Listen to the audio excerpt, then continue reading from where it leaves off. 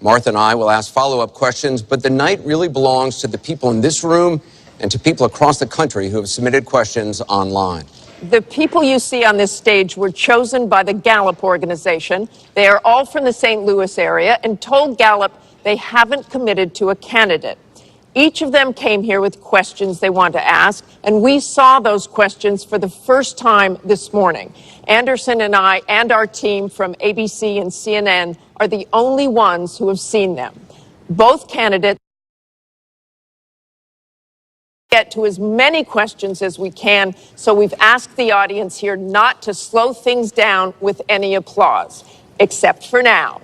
Ladies and gentlemen, the Republican nominee for President, Donald J. Trump, and the Democratic nominee for President, Hillary Clinton.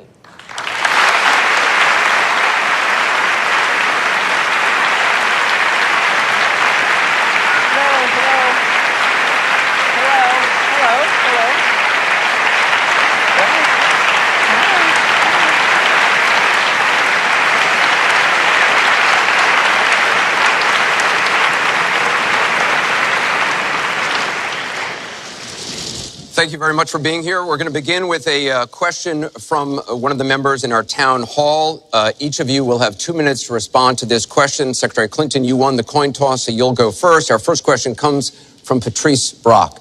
Patrice? Thank you and good evening. The last presidential debate could have been rated as MA, mature audiences, per TV parental guidelines. Knowing that educators assign viewing the presidential debates as students' homework, do you feel you are modeling appropriate and positive behavior for today's youth? Well, thank you. Are you a teacher? Yes, I think that that's a very good question because I've heard from lots of teachers and parents about some of their concerns about some of the things that are being said and done in this campaign. And I think it is very important for us to make clear to our children that our country really is great because we're good. And we are going to respect one another, lift each other up. We are going to be looking for ways to celebrate our diversity. And we are going to try to reach out to every boy and girl as well as every adult to bring them in to working on behalf of our country. I have a very positive and optimistic view about what we can do together. That's why the slogan of my campaign is Stronger Together. Because I think if we work together, if we overcome the divisiveness that sometimes sets Americans against one another, and instead we make some big goals, and I've set forth some big goals, getting the economy to work for everyone, not just those at the top, making sure that we have the best education system from preschool through college and making it affordable, and so much else. If we set those goals and we go together to try to achieve them, there's nothing, in my opinion, that America can't do. So that's why I hope that we will come together in this campaign. Obviously, I'm hoping to earn your vote. I'm hoping to be elected in November, and I can promise you I will work with every American. I want to be the president for all Americans, regardless of your political beliefs, where you come from, what you look like, your religion. I want us to heal our country and bring it together, because that's, I think, the best way for us to get the future that our children and our grandchildren deserve. Secretary Clinton, thank you. Mr. Trump, you have 2 minutes. Well, I actually agree with that. I agree with everything she said. I began this campaign because I was so tired of seeing such foolish things happen to our country. This is a great country. This is a great land. I've gotten to know the people of the country over the last year and a half that I've been doing this as a politician. I cannot believe I'm saying that about myself, but I guess I have been a politician. And my whole concept was to make America great again. When I watch the deals being made, when I watch what's happening with some horrible things like Obamacare, where your health insurance and health care is going up by numbers that are astronomical, 68%, 59%, 71%. When I look at the Iran deal and how bad a deal it is for us, it's a one-sided transaction where we're giving back $150 billion to a terrorist state, really the #1 terrorist state. We've made them a strong country from really a very weak country just 3 years ago. when I look at all of the things that I see and all of the potential that our country has, we have such tremendous potential, whether it's in business and trade, where we're doing so badly. Last year, we had an almost $800 billion trade deficit. In other words, trading with other countries, we had an $800 billion deficit. It's hard to believe, inconceivable. You say, who's making these deals? We're going to make great trade deals. We're going to have a strong border. We're going to bring back law and order. Just today, policeman was shot, 2 killed, and this is happening on a weekly basis. We have to bring back respect to law enforcement. At the same time, we have to take care of people on all sides. We need justice. But I want to do things that haven't been done, including fixing and making our inner cities better for the African American citizens that are so great, and for the Latinos, Hispanics. And I look forward to doing it. It's called Make America Great Again. Thank you, Mr. Trump.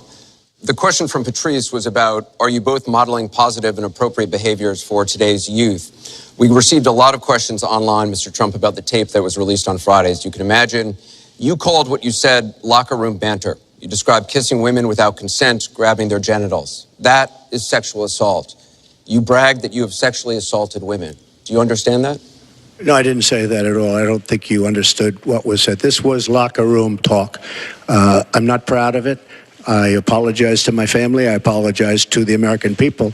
Certainly, I'm not proud of it. But this is locker room talk. You know, when we have a world where you have ISIS chopping off heads, where you have, and frankly, drowning people in steel cages, where you have wars and horrible, horrible sights all over, where you have so many bad things happening. This is like medieval times. We haven't seen anything like this, the carnage all over the world. And they look and they see. Can you imagine the people that are, frankly, doing so well against us with ISIS? And they look at our country and they see what's going on. Yes, I'm very embarrassed by it. I hate it. But it's locker room talk, and it's one of those things. I will knock the hell out of ISIS. We're going to defeat ISIS. ISIS happened a number of years ago in a vacuum that was left because of bad judgment. And I will tell you, I will take care of ISIS. So, Mr. Trump, we should get on to much more important things and much bigger things. Just for the record, though, are you saying that what you said on that bus 11 years ago, that you did not actually kiss women without consent or grope women without consent? I have great respect for women. Nobody has more respect for women than I do.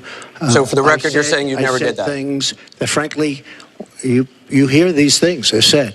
And I was embarrassed by it, but I have tremendous respect for women. Have you ever done those things? Women have respect for me. And I will tell you, no, I have not.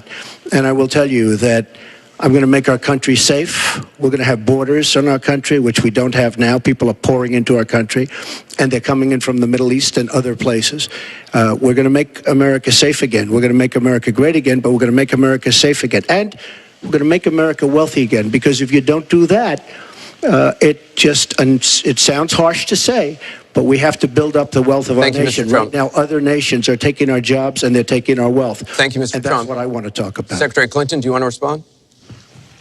Well, like everyone else, I've spent a lot of time thinking over the last 48 hours about what we heard and saw. You know, with prior Republican nominees for president, I disagreed with them on politics, policies, principles, but I never questioned their fitness to serve. Donald Trump is different. I said starting back in June that he was not fit to be president and commander-in-chief. And many Republicans and independents have said the same thing.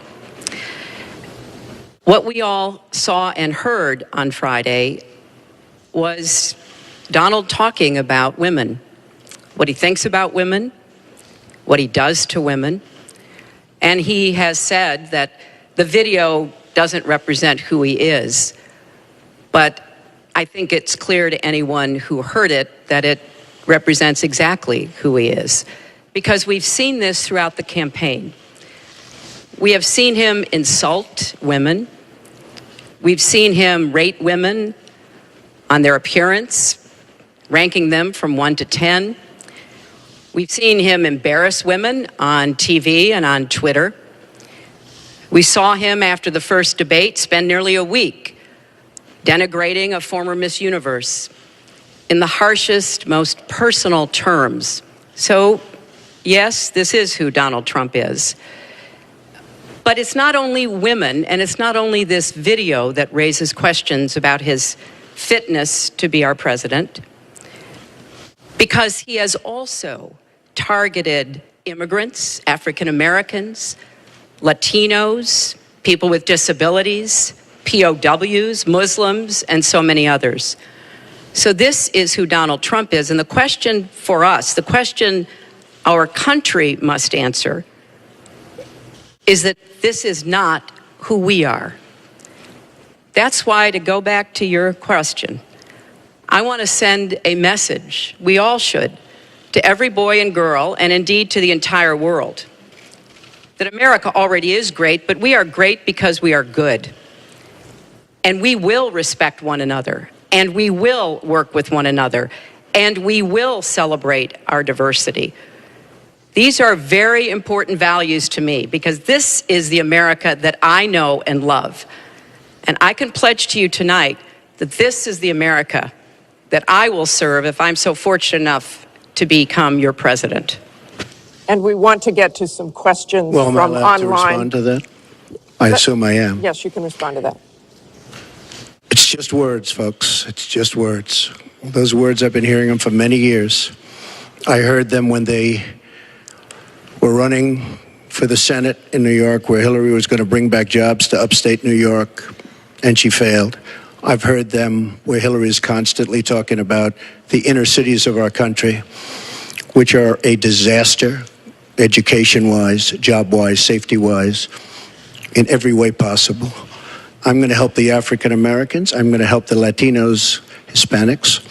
I am going to help the inner cities. She's done a terrible job for the African Americans. She wants their vote, and she does nothing, and then she comes back 4 years later.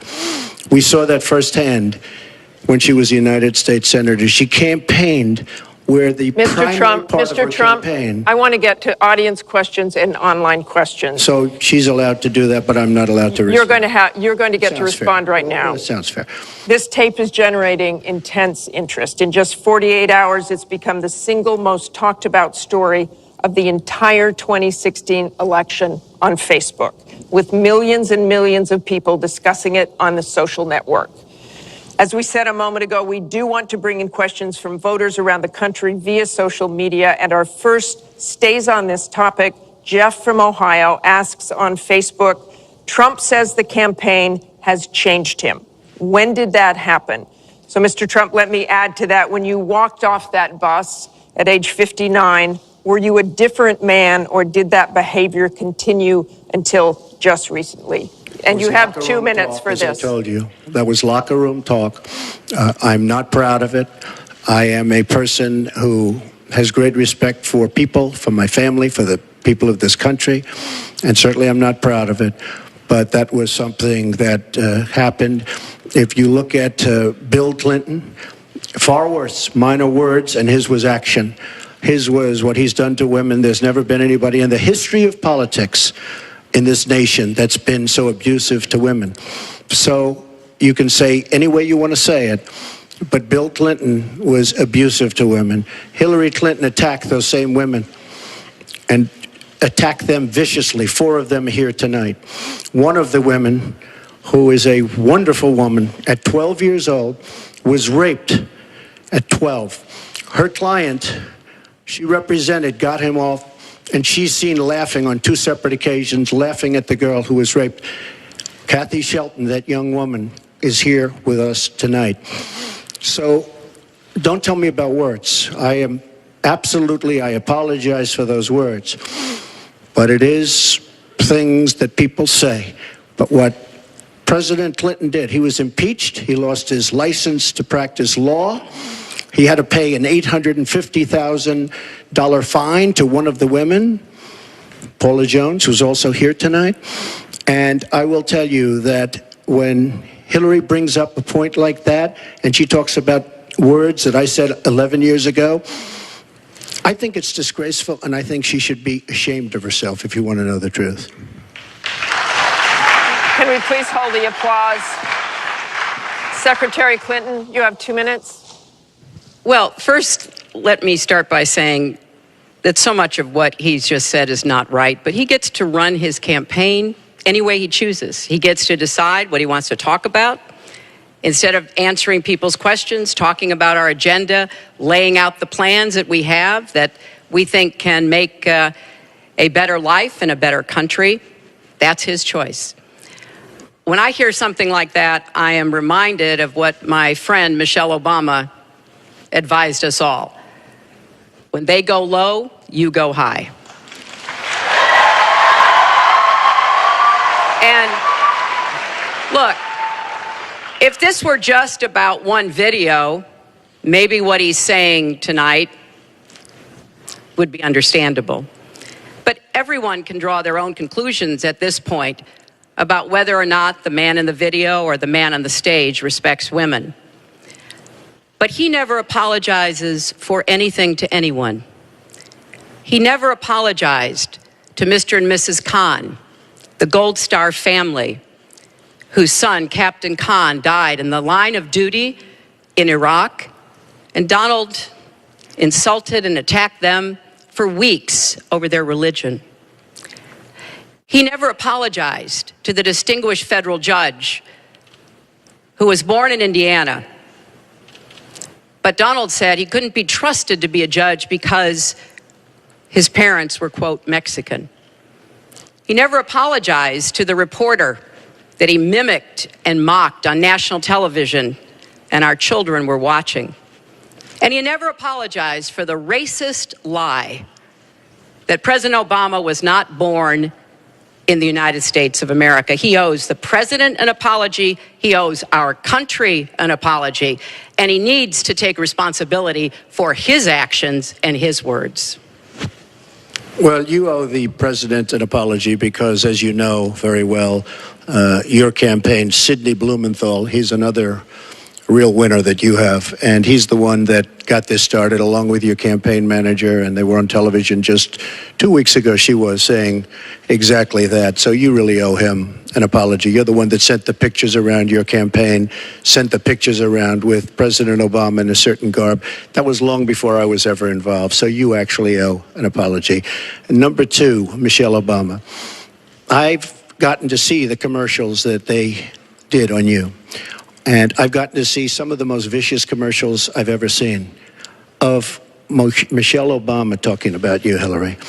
So you talk about friend, go back and take a look at those commercials. A race where you lost, fair and square, unlike the Bernie Sanders race where you won, but not fair and square, in my opinion.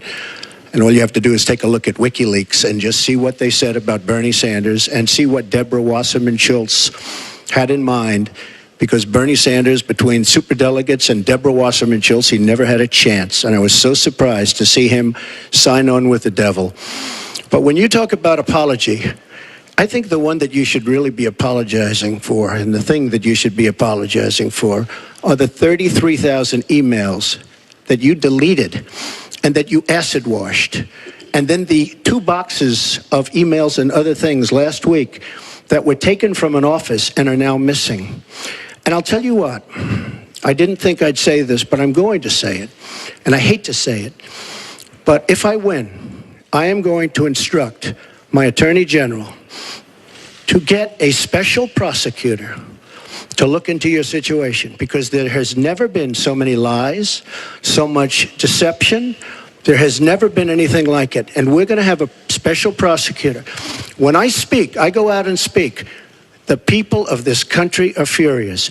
In my opinion, the people that have been long-term workers at the FBI are furious. There has never been anything like this where emails and you get a subpoena. You get a subpoena, and after getting the subpoena, you delete 33,000 emails.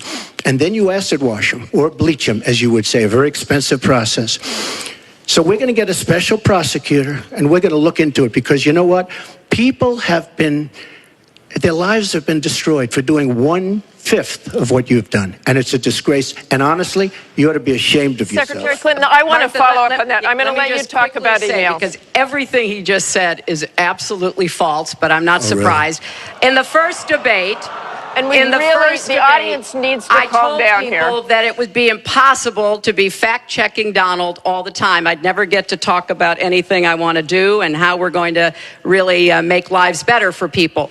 So once again, go to HillaryClinton.com. We have literally Trump. You can fact check him in real time. Last time at the first debate, we had millions of people fact-checking, so I expect we'll have millions more fact-checking because, you know, it's just awfully good that someone with the temperament of Donald Trump is not in charge of the law in our country. Yeah, because you'd be in jail. Secretary Clinton.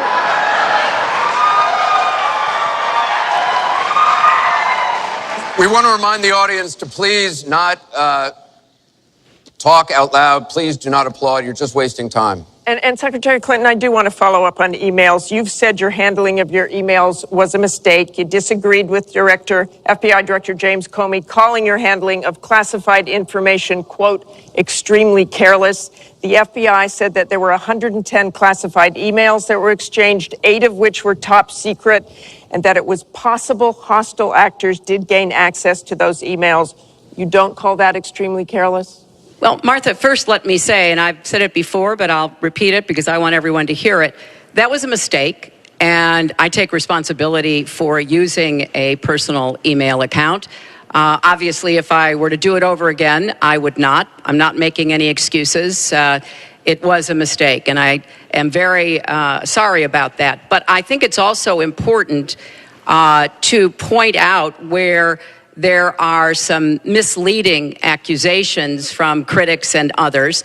After a year-long investigation, there is no evidence that anyone hacked the server I was using, and there is no evidence that anyone can point to at all, anyone who says otherwise has no basis, that any classified material ended up in the wrong hands. I take classified materials very seriously, and always have. When I was on the Senate Armed Services Committee, I was privy to a lot of classified material. Obviously, as Secretary of State, I had some of the most important secrets that we possess, such as going after bin Laden.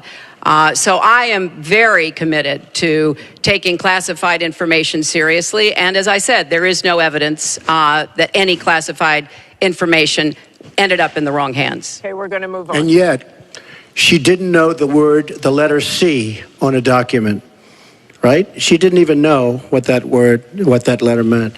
You know, it's amazing. I'm watching Hillary go over facts, and she's going after fact, and she's lying again because she said what she did with emails was fine. You think it was fine to delete 33,000 emails? I don't think so.